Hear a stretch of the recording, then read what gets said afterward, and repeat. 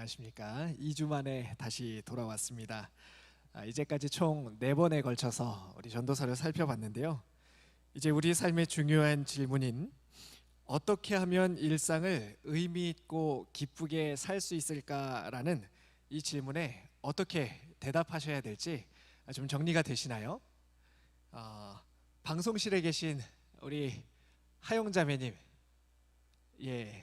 좀 정리가 되시나요? 아주 잘 대답해 주셨습니다. 감사합니다. 비대면 예배로 진행되는 동안에도 매주 음향으로 이렇게 봉사해 주고 계신데요. 감사합니다. 그리고 우리 음향뿐만 아니라 또 악기로 그리고 방송실의 영상과 자막으로 수고해 주시는 우리 청년 여러분들께 죄송합니다. 빠뜨릴 뻔했네요. 우리 헌금위원으로 또 수고해 주시는 우리 모든 청년 여러분들께 모든 청년분들을 대신해서 감사 인사를 드립니다. 지난 시간을 좀 정리해 보도록 하겠습니다. 타이밍의 우상에 대해서 살펴봤습니다. 저희는 일상을 무너뜨리고 망가뜨리는 일상의 기쁨을 빼앗아가는 원인들에 대해서 조사해 보고 있는데요. 여러 가지 우상들을 이렇게 살펴보면서 지난 시간에는 4번째로 타이밍의 우상에 대해서 살펴보았습니다. 이 타이밍의 우상이 무엇이었냐면요, 바로 내가 주관할 수 없는 시간, 그때를 내가 주관하려고 하는 것이 바로 이 타이밍의 우상의 본질이라고 말씀을 드렸죠. 분명히 타이밍이 중요하고 어떤 때에 어떤 일이 일어나는 것이 확실하기는 한데 그것이 내가 주관할 수 있는 것이 아니다라는 것을 말씀을 드렸습니다. 따라서 이 타이밍을 내가 주관할 수 없기 때문에 그 타이밍에 과도하게 집착하는 것은 바로 우리의 삶에 참된 신을 타이밍이라는 것으로 대체하는 일이 된다라고 말씀을 드렸습니다. 이와 같은 방식으로 우리의 삶의 주인의 자리를 꿰찬 타이밍은 그 타이밍만을 바라는 일에 우리의 모든 삶과 에너지가 몰두하도록 함으로써 우리의 삶의 일상의 은혜와 복과 기쁨을 빼앗아 간다라고 말씀을 드렸습니다. 오늘은 일상을 망가뜨리는 5가지 우상 중에서 마지막 5번째로 살펴볼 우상을 소개할 텐데요. 여러분들 너무나 잘 알고 계실 것입니다. 아마 이 얘기를 교회에서 혹은 다른 곳에서 귀에 못이 박히도록, 귀에 딱쟁이가 앉도록 그렇게 여러 번 들어보셨을 것입니다. 마지막 재물에 대해서 살펴보도록 하겠습니다. 성경에서는 모든 재물을 이야기하지만요, 사실상 현대사회에서는 우리가 소유한 모든 재화들을 대표하는 것으로서 돈이 활용되기 때문에 돈의 우상이다라고 바꿔 말해도 무방할 것 같습니다. 시작하면서 제가 여러분들에게 질문을 하나 먼저 던져보도록 하겠습니다. 여러분에게 돈은 무엇인가요? 댁에 계신 우리 청년 여러분들도 한번 스스로에게 대답해 보시기 바랍니다. 돈은 나에게 무엇인가? 라고 하는 이 질문입니다. 돈을 벌기 위해서 정말 많은 날 동안 여러 시간 동안 수고하고 애쓰고 또 그 돈을 가지고서 삶을 영위하게 되는데요, 그렇다면 돈은 여러분에게 무엇이라고 말할 수 있겠습니까? 제가 다음에 만나게 되면요 꼭 여쭤보겠습니다. 지난번에 제가 돈은 여러분에게 무엇입니까? 라고 질문했는데 답해 보셨습니까? 생각해 보셨습니까? 질문할 건데요, 꼭 답해 보시기를 바랍니다. 돈의 사전적 정의를 보면요, 표준 국어 대사전에 이렇게 나옵니다. 사물의 가치를 나타내며 상품의 교환을 매개하고 재산 축적의 대상으로도 사용되는 물건이라고 돈의 정의를 내리고 있습니다. 이 사전적 정의만 보면요, 돈은 굉장히 중립적인 것 같습니다. 그런데 현실을 우리가 살아가다 보면요, 돈은 좀 다른 느낌으로 우리에게 다가오게 되는 것 같습니다. 현실에서는 사전적 의미를 뛰어넘는 가공할 만한 위력을 보여주기 때문에 그렇습니다. 아마 돈 때문에 집안이 나뉘거나요, 살인이 일어났다는 뉴스를 종종 들어보셨을 것입니다. 뭐 그렇게 먼 얘기가 아니더라도요, 누군가에게 돈을 빌려주거나 혹은 돈을 빌린 일 때문에 마음이 다 상해버리는, 썩어 들어가 버리는 그런 경험을 해보신 분들도 계실 것입니다. 돈의 위력은 또 신자나 비신자를 가리지 않습니다. 목회자나 신자들에게도 돈은 때때로 위협적이고 파괴적으로 다가올 때가 있습니다. 돈 때문에 목회의 말년을 망쳐버린 목회자들의 이야기가 기사에 실리기도 합니다. 또 돈 때문에 가룟 유다처럼 믿음에서 파선한 그런 사람들을 종종 만나게 되기도 합니다. 그런가 하면요, 사회는 법치주의를 이야기하면서도 유전무죄, 무전유죄라는 말이 돌 정도로 돈이 곧 힘이며 돈만 있으면 무엇이든지 가능하다고 여기도록 만들고 있습니다. 이런 것들을 생각해 보면요, 처음 아까 그 질문에 다시 한번 돈은 과연 중립적인 것인가 라는 이 질문에 좀 꼭 중립적이다라고 말하기가 어려워집니다.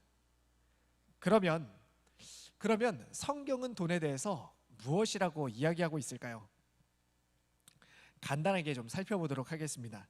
먼저 구약에서는 하나님의 축복의 표지 중 하나로서 이 복이, 물질이 소개되고 있습니다. 아브라함, 이삭, 야곱, 요셉, 성경에 나오는 하나님을 잘 섬겼던 사람들은요, 모두 다 부유한 사람들이었습니다. 모두 부를 누렸습니다.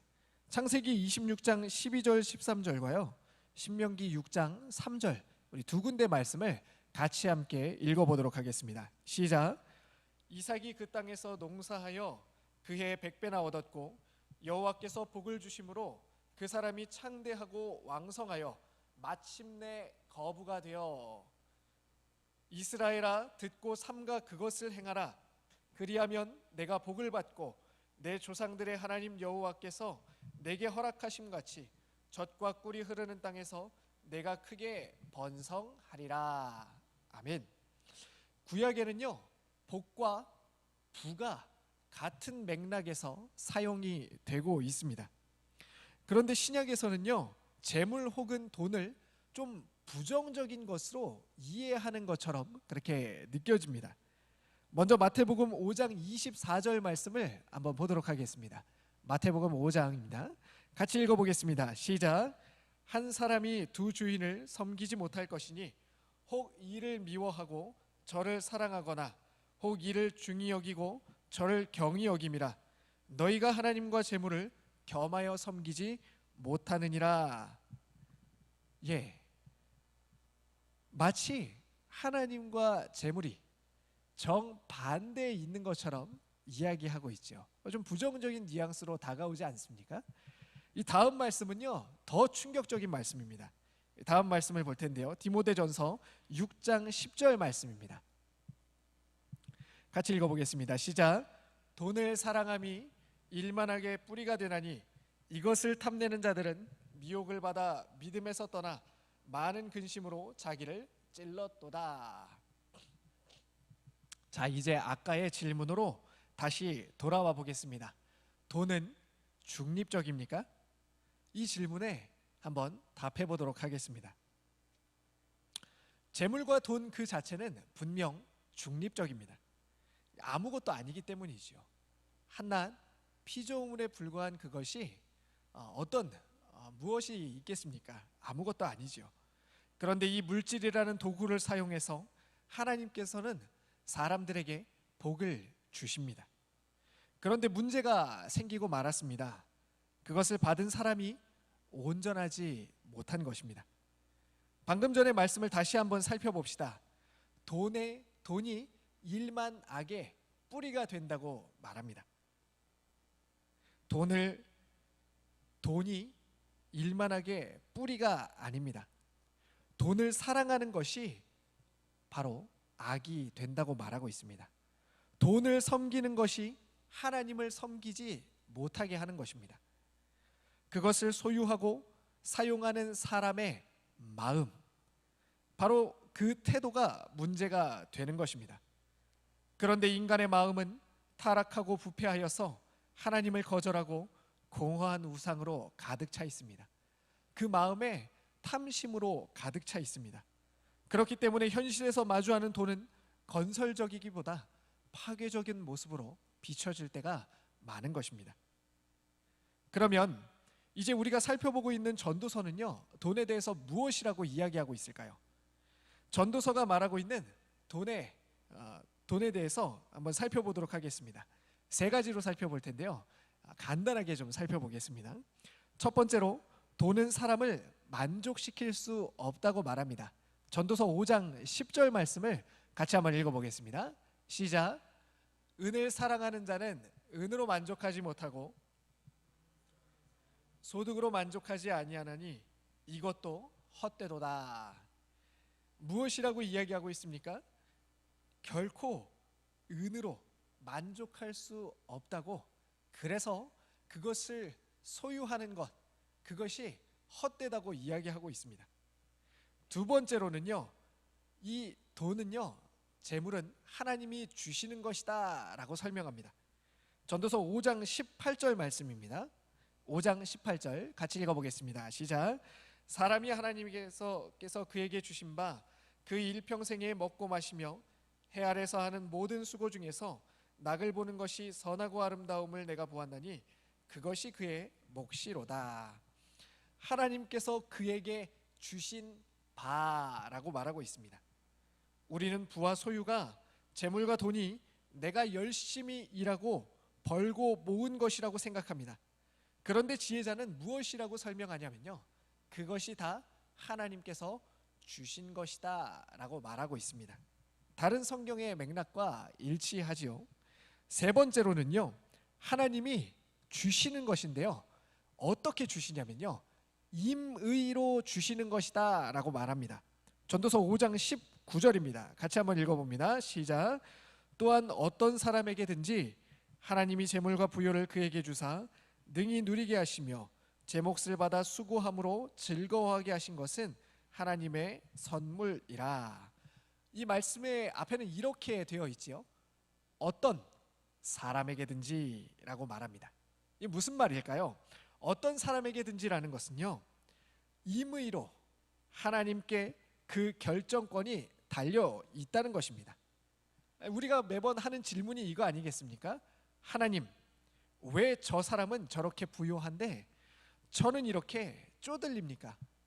하나님, 왜 저를 부자로 만들어주지 않는 것입니까? 하나님, 만약 제게 10억의 로또에 당첨되게 해주신다면 다른 사람은 10에 1조를 낼 텐데 저는 10에 9조를 낼 의사가 있습니다. 저에게 10억짜리 로또를 한 번만 당첨되게 해주십시오.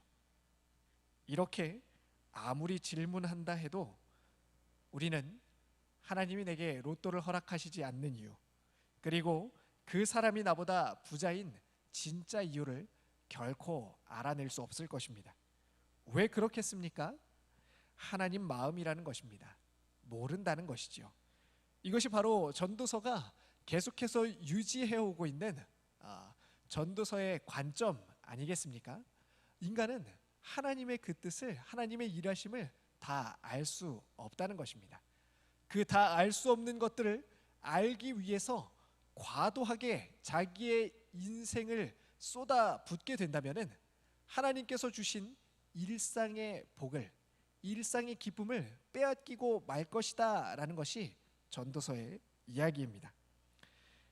자, 이처럼 돈은요, 사람을 만족시킬 수 없고 하나님이 임의로 주시는 것인데, 이것을 이해하고 돈에 대한 태도를 바꾸지 않으면요, 이 돈은 우리에게 가장 강력한 우상이 되게 됩니다.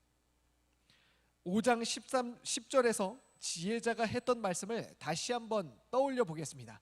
말씀을 좀 띄워주시기 바랍니다. 5장 10절입니다. 이렇게 말합니다. 은을 사랑하는 자는 은으로 만족하지 못한다고 말하고 있습니다. 이 말씀을 한번 뒤집어 보도록 하겠습니다. 이렇게 됩니다. 은으로 만족하지 못하고 있습니까? 그렇다면 당신은 은을 사랑하는 자입니다 라는 뜻입니다.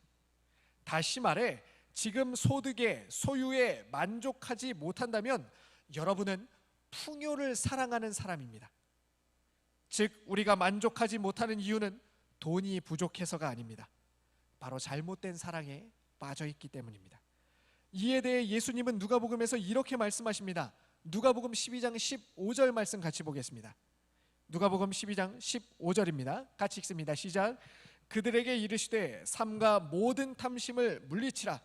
사람의 생명이 그 소유에 넉넉한 데 있지 아니하니라 하시고, 만약 생명이 재물에 있다면, 정체성이 재물에 있다면 그 사람을 규정하는 것은 바로 소유와 소비입니다.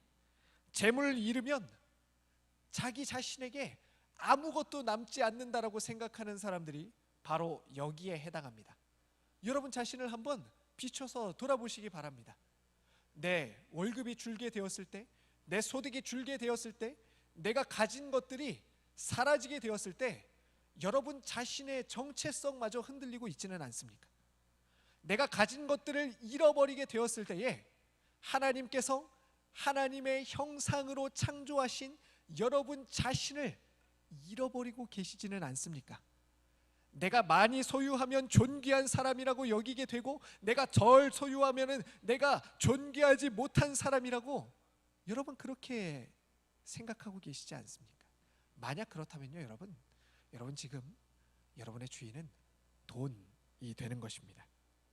누가복음 16장 13절과 15절 말씀을 살펴볼 텐데요, 좀 더 예수님의 말씀을 구체적으로 우리 살펴보도록 하겠습니다. 같이 읽어봅니다. 시작. 집 하인이 두 주인을 섬길 수 없나니 혹 이를 미워하고 저를 사랑하거나 혹 이를 중히 여기고 저를 경히 여길 것임이니라. 너희는 하나님과 재물을 겸하여 섬길 수 없느니라. 바리새인들은 돈을 좋아하는 자들이라. 이 모든 것을 듣고 비웃거늘 예수께서 이르시되 너희는 사람 앞에서 스스로 옳다 하는 자들이나 너희 마음을 하나님께서 아시나니 사람 중에서 높임을 받는 그것은 하나님 앞에 미움을 받는 것이니라.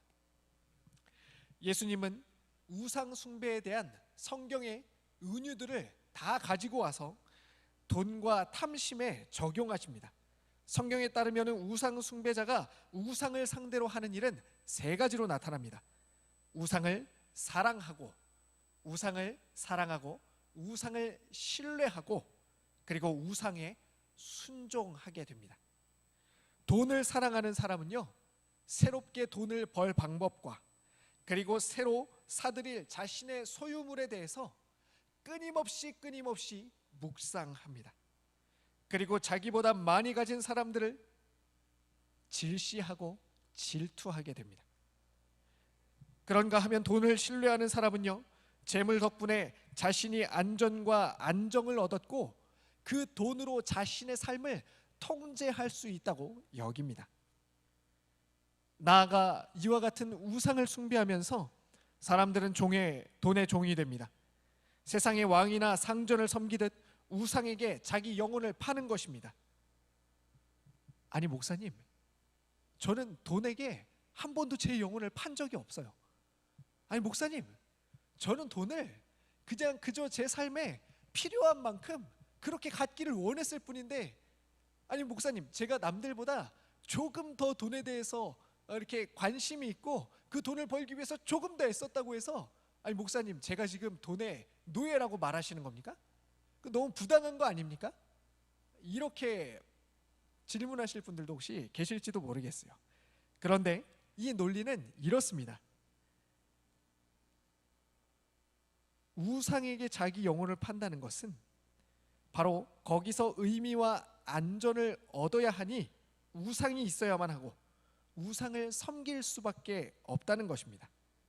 그러니까 우상이라는 것은요, 우리로 하여금 복종하고 우리를 사로잡는 그것을 말하는데요, 그렇게 함으로써 우리가 안전하다고 느끼게 안정감을 주는 그것을 말하는데, 우리가 돈에서 안정감을 누리고 돈이 없어졌을 때의 나의 삶이 송두리째 불안함 속으로 빠져들어가 버린다고 여기게 된다면요, 이미 돈에게 순종하고 있다는 것이죠.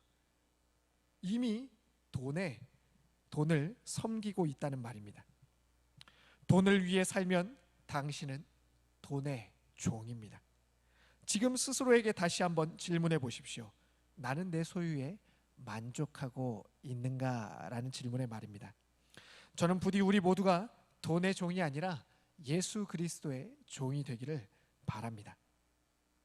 그러면요, 이렇게 많은 사람들이, 그리고 모든 사람들이 쉽게 돈을 우상으로 삼는 삶을 향하여서 가게 된다면요, 과연 돈을 우상 삼지 않고 우리의 일상을 복되게 만드는 비결로, 은혜가 되도록 하는 비결은 무엇인지 우리 전도서를 통해서 살펴보도록 하겠습니다.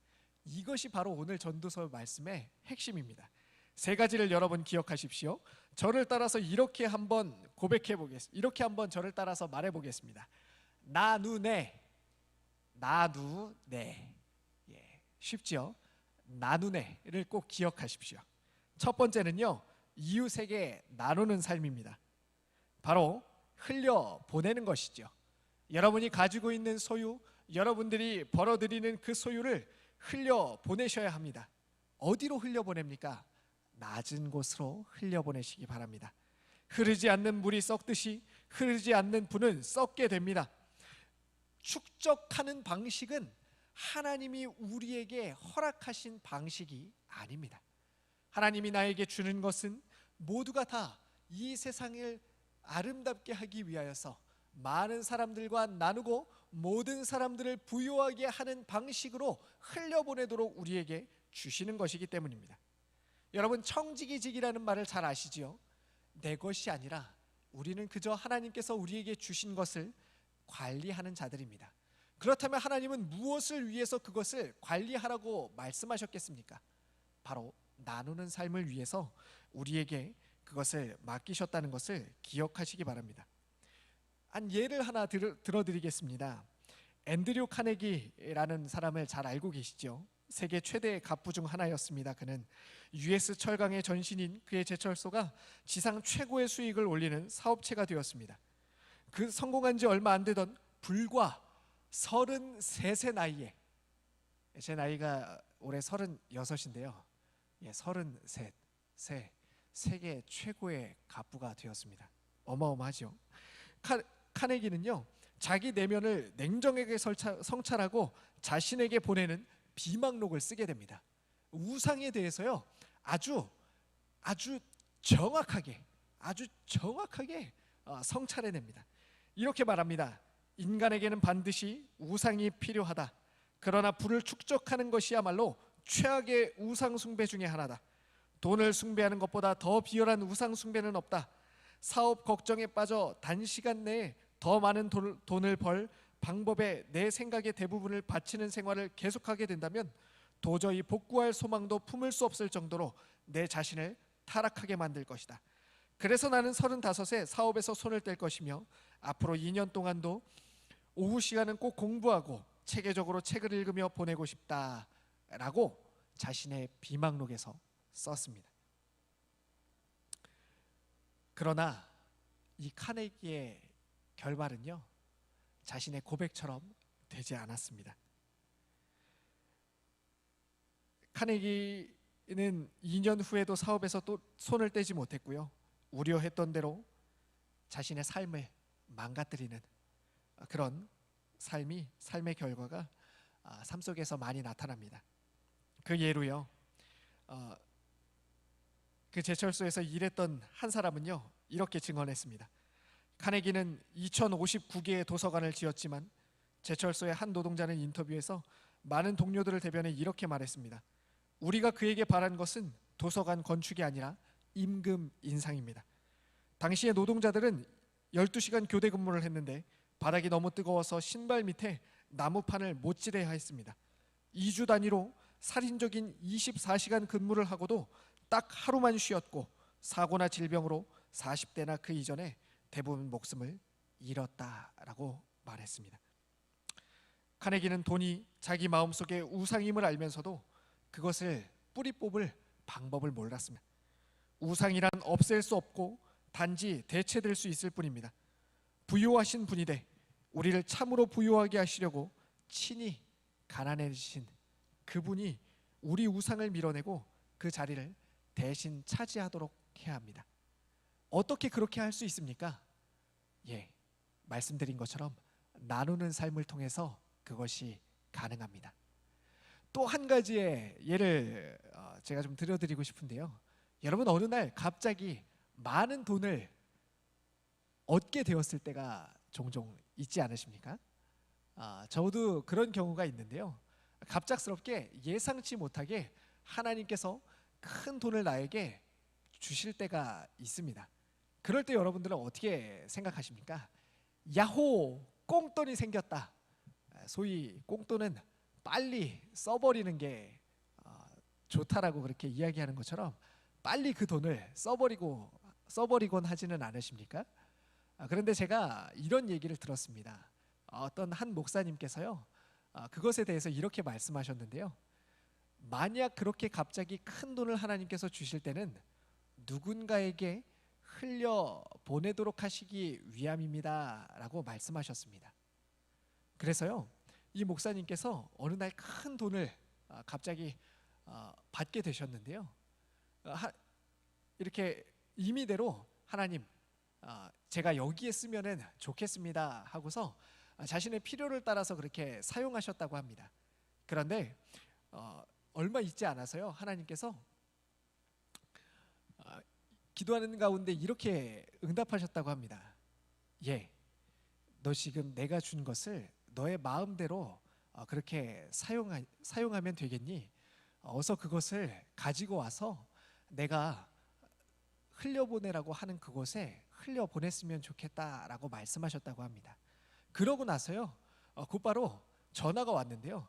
목사님께서 임의로 주셨던 다른 분에게, 성도님에게서 연락이 온 것입니다.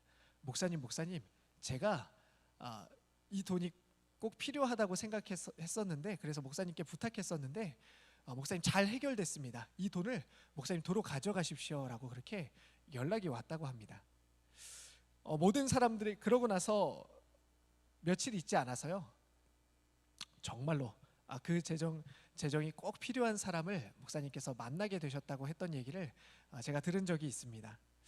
물론 모든 사람에게 적용되는 이야기가 아닐 수 있습니다.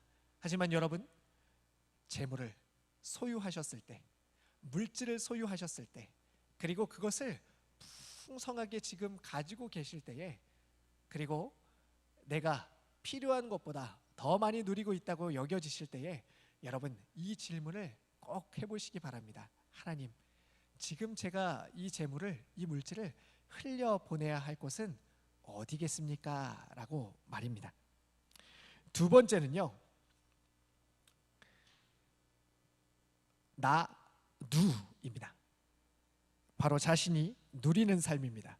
전도서 15장 18절과 19절 말씀을 우리 같이 한번 읽어보겠습니다. 전도서 5장 18, 19절입니다. 시작. 사람이 하나님께서 그에게 주신 바 그 일평생에 먹고 마시며 해 아래서 하는 모든 수고 중에서 낙을 보는 것이 선하고 아름다움을 내가 보았으니 그것이 그의 몫이로다. 또한 어떤 사람에게든지 하나님이 재물과 부요를 그에게 주사 능히 누리게 하시며 제 몫을 받아 수고함으로 즐거워하게 하신 것은 하나님의 선물이라. 여기서 눈에 띄는 단어가 있는데요, 바로 몫이라는 단어입니다. 여러분, 몫이 무엇입니까? 그에게 할당된 것이라는 뜻을 가지고 있죠. 하나님께서는 우리가 하는 수고를 통하여서 우리에게 할당된, 우리가 누려야 할 물질, 돈을, 재정을 우리에게 주십니다. 이것이 바로 전도서의 저자인 지혜자가 가지고 있는 돈에 대한 관점입니다. 하나님께서는 많은 재물 중에서 내게 필요한 것, 특별히 해 아래에서 먹고 마시는 일, 여러분, 먹고 마시는 일이 무엇이겠습니까? 아마 오늘 하루를 먹고 마시는데 10년치의 월급을 사용하는 사람은 없을 것입니다. 오늘 하루 먹고 마시는 것, 일평생에 먹고 마신다는 것은요, 내가 일상을 누리는 데에, 내가 일상을 영위하는 데 꼭 필요한 만큼이라는 뜻을 가지고 있는 것이죠. 그러니까 즉 전도서 저자는 무엇이라고 이야기하냐면요, 내가 수고함으로써 하나님께서 나에게 주시는 것, 그것은 오늘을 영위할 수 있을 만큼 하나님께서 내게 할당해 주시는 것인데, 그것을 잘 누리는 것이야말로 진정으로 복된 삶이며, 그 삶이야말로 일상을 기쁨으로 채울 수 있는 비결이다라고 이야기하는 것입니다. 나아가서요, 20절은요, 이와 같이 일상에 할당된, 그러니까 오늘 내게 할당된 그 재정을 통하여서 일상을 기쁨으로 누리는 사람들은요, 생명의 날을 깊이 생각하지 않는다고 말합니다. 이것은 무엇이냐면요, 바로 내 전생애 동안에 이 돈 때문에 어떻게 될지에 대해서 크게 염려하거나 걱정하지 않게 된다는 것입니다. 여러분, 복이라는 한자를 알고 계시죠? 이 한자의 뜻풀이는 이렇습니다.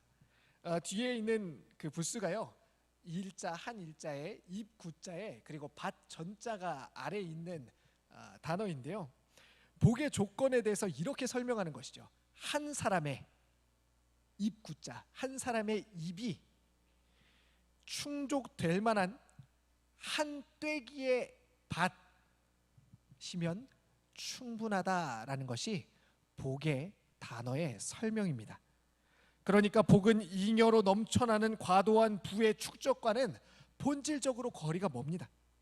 홀로 넘치게 가지는 것이 아니라 나누어 가져야 복되는 삶을 살 수 있으며, 또 제 몫의 수고를 통해 즐거워하는 것이 하나님의 선물임을 깨달아야 한다고 말하고 있습니다. 지혜자에 따르면 노동으로 버려들인 몫으로 기쁨을 누리는 지점에서야말로 삶의 행복이 극대화된다는 것입니다. 바울도 자족하는 마음의 중요성을 여러 차례에 걸쳐서 가르쳤습니다. 하지만 실상 우리의 삶에서 자족의 기쁨은 말처럼 쉽지 않지요. 어떻게든 이기는 것을 좋게 여기며, 또 많이 갖는 것을 더 좋은 것이라고 여기게 하는 삶, 이 사회의 풍조와 문화 속에서 우리가 이와 같은 자족의 기쁨을 유지하는 것은 쉽지 않습니다. 하지만 이것은 오히려 정반대로 이러한 나눔을 강조하고, 또 지금 내게 있는 것을 소유한 그것을 인하여서 만족하고 기뻐하는 삶을 누리는 것이야말로 이 시대를 향한 진정한 저항이며 그리스도인 청년들이 가져야 할 시대 정신이라고도 말할 수 있는 것입니다. 바로 이것이 이 세상을 살아가는, 돈의 종으로 살아가는 모든 사람들에 대항하는 그리스도인의 대안적인 삶이라고 바로 지혜자는 우리에게 말하는 것입니다. 어떤 형편에 놓여 있든지 즐거워하는 삶의 태도를 유지할 수만 있다면 우리는 진정으로 만족하고 기뻐하며 행복한 일상을 살아낼 수 있을 것입니다. 그리고 마지막 세 번째로는요, 세 번째로는 이와 같은 것들을 모두 다 통합하는 내용입니다. 첫 번째가 뭐였죠? 나눔이었고요. 두 번 이웃과 나누는 삶이었고요. 두 번째는요, 누리는 삶이었고, 오늘을 누리는 삶이었고, 세 번째는요, 내는요, 하나님께 내어드리는 삶입니다. 다른 말로요, 하나님을 예배하는 삶이라고도 할 수 있습니다. 바로 하나님께 내어드리지 못하는 삶이 바로 돈이라는 우상을 숭배하는 삶이었다면요, 하나님께 기꺼이 내어드리는 삶이야말로 바로 하나님을 참되게 예배하는 삶이라고 할 수 있는 것입니다. 예배는 우상 숭배와 정반대에 있기 때문에 그렇습니다. 여러분, 아까 말씀드린 것처럼 돈을 우상으로 삼지 않으시기를 원하신다면요, 돈을 나의 우상의 자리에서 빼어내고 그 공간을 빈 공간으로 만드는 것이 아니라 지금 하나님을 여러분의 마음의 중심에 모시고 하나님을 최고의 가치로 여기시기를 바랍니다. 나는 하나님만으로 안정감을 누릴 수 있다고, 그것을 여러분 마음의 중심의 고백으로 드리시기를 바랍니다. 돈이 나의 삶을 안정시켜 주거나 돈이 나의 인생을 책임져 주는 것이 아니라 나의 인생은 하나님께 달렸다고 여러분 마음의 중심이 그렇게 고백하도록 하십시오. 최상의 것을 하나님께 드리는 삶이야말로 바로 유일하게 돈이 우상이 되지 않고 살아갈 수 있는 삶의 방법입니다. 최상의 것을 하나님께 드릴 수 있는 유일한 조건은요, 자신의 모든 것이 다 하나님께로부터 온 것이며 은혜로 주어지고 맡겨진 것이라는 사실을 아는 것입니다. 여러분, 이것을 어떻게 알 수 있을까요? 그러면 우리는 어떻게 하나님께서 내게 모든 것을 주셨다는 것을 진심으로 깨닫고 고백할 수 있게 되는 것일까요? 고린도후서 8장 9절 말씀을 같이 한번 보도록 하겠습니다. 고린도후서 8장 9절입니다. 같이 읽어보겠습니다. 시작. 우리 주 예수 그리스도의 은혜를 너희가 알거니와 부요하신 이로써 너희를 위하여 가난하게 되심은 그의 가난함으로 말미암아 너희를 부요하게 하려 하심이라. 아멘. 사랑하는 청년 여러분, 돈은 혹은 다른 우상들은 우리를 종으로 삼기 위해서, 우리를 자신의 것으로 소유하기 위해서 아무런 대가도 치르지 않았습니다. 결코 아무런 대가도 치르지 않을 것입니다. 하지만요, 우리의 참된 주인이신 예수 그리스도께서는요, 날 부욕해 하시려고 가난해지신 분이십니다. 예수님께는 무한한 부가 있었습니다. 그분이 부를 버리시지 않았다면 우리는 영적으로 가난하게 죽을 수밖에 없을 것입니다.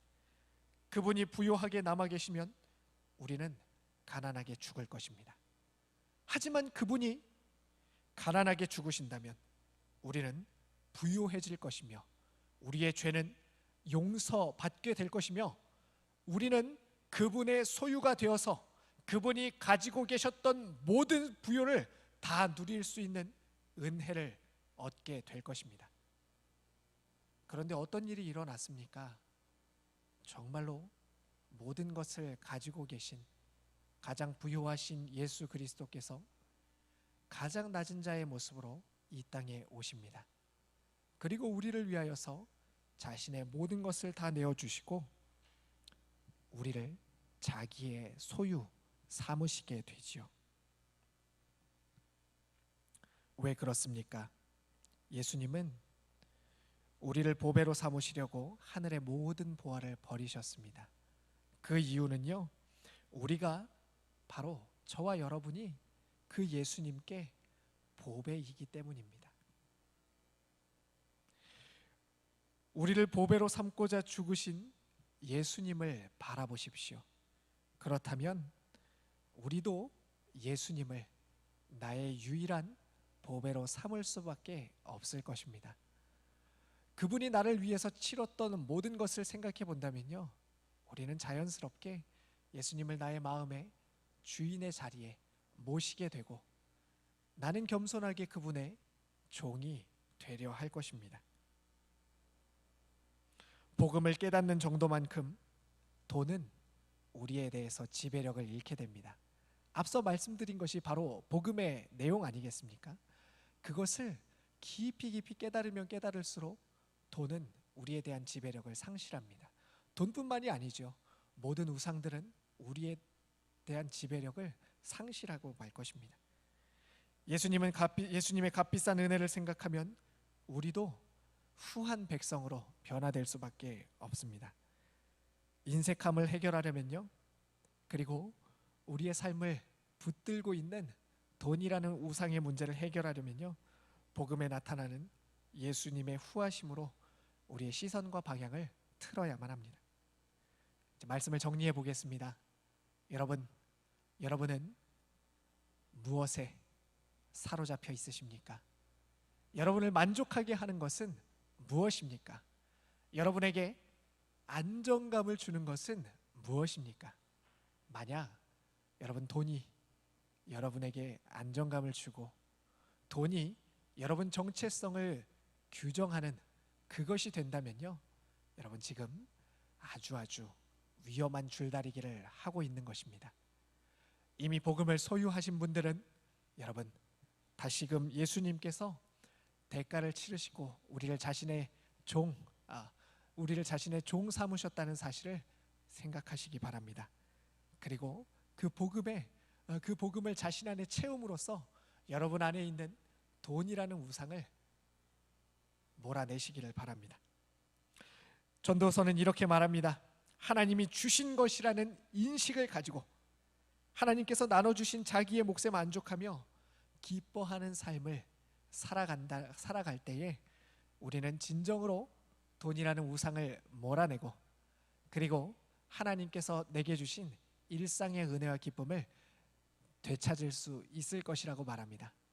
이 강력한 돈의 지배로부터 벗어나는 방법은요, 카네기처럼 단지 생각하고 기록하는 것으로 끝나는 것이 아니라 실제적으로 다른 사람들과 나누며 그리고 그 물질, 오늘 내게 주어진 물질을 가지고 기뻐하는 것입니다. 그리고 하나님께서 나에게 맡겨주시라는 것이라는 사실을 인정하고 고백하면서 하나님이 기뻐하시는 대로 그 물질을 사용할 것을 고민하는 삶입니다. 사랑하는 청년 여러분, 그리고 성도님들, 가장 강력한 우상이 되기도 하지만 하나님께서 이 땅을 살리고 세우고 복되게 만들어 가시는데 꼭 필요하기도 한 이 돈을 여러분 우상 삼는 대신 하나님의 도구로 마음껏 사용하시는 청년 여러분들이 되시기를 바랍니다. 그래서 여러분을 통하여서 바로 부가 많은 사람들에게 전가되고 이동되며 또 흘러가는 은혜가 있기를 간절히 축원드립니다. 기도하겠습니다. 아버지 하나님,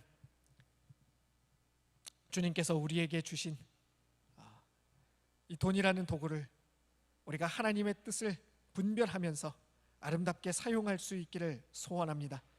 아버지 하나님, 돈의 종이 되지 않게 하여 주시고 오늘 우리에게 주신 그 물질과 돈에 만족하며 기뻐하는 삶을 사는 저희들이 되게 하여 주시옵소서. 하나님이 내게 주신 것이라는 청지기 의식을 가지고 하나님의 뜻을 날마다 구하며 물질을 사용하며 사용하는 저희들이 되게 하여 주시옵소서. 예수님의 이름으로 기도합니다. 아멘.